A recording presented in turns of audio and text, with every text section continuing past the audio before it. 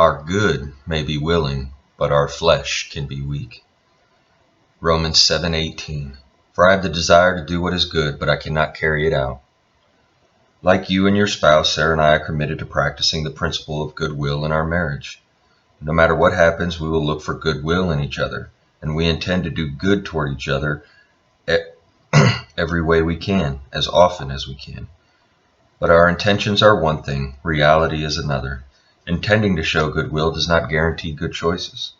As Sarah's husband, I know I should be a servant of Christ and do anything and everything for her with a joyful spirit and without concern for myself. When we pray together at the start of our day, I resolve to be a loving spouse. But before nightfall, I can find myself coming across to Sarah in a manner that feels unloving to her. For example, Sarah knows I hate to shop for clothes, so she tries to simplify my life by buying 3 new shirts, a jacket, and slacks and bringing them home.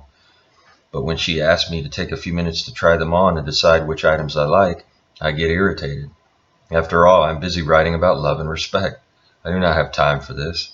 As I head for the bedroom to try on the clothes, I show my aggravation, and Sarah feels very unloved for only trying to be a help to me. What happened to my early morning good intentions to be a loving man? Sarah experiences the same thing. She gets up in the morning wanting to honor Christ and show me respect, but out of the blue, her good intentions go astray.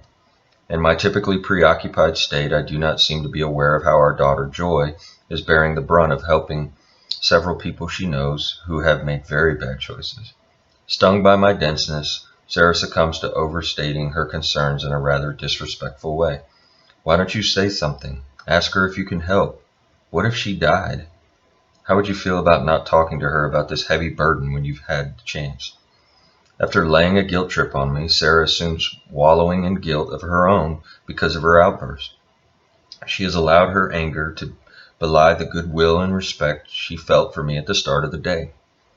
At times like these, both of us identify with the Apostle Paul's lament in Romans 7:18. For I have the desire to do what is good, but I cannot carry it out. We also think of Jesus' words to his disciples when they fell asleep while he prayed in the Garden of Gethsemane. The spirit is willing, but the flesh is weak. Matthew 26:41. So what do Sarah and I do? Whenever we fail to show each other love and respect, we say something like this. You know I have goodwill, don't you? Please forgive me. I blew it again. And the one on the receiving end of the apology might respond, I forgive you. I know you have goodwill, but you certainly can be frustrating at times.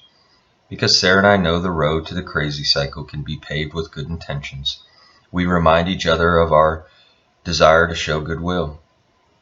Putting our goodwill on the table, so to speak, is a good motivator to walk the walk, not just talk the talk.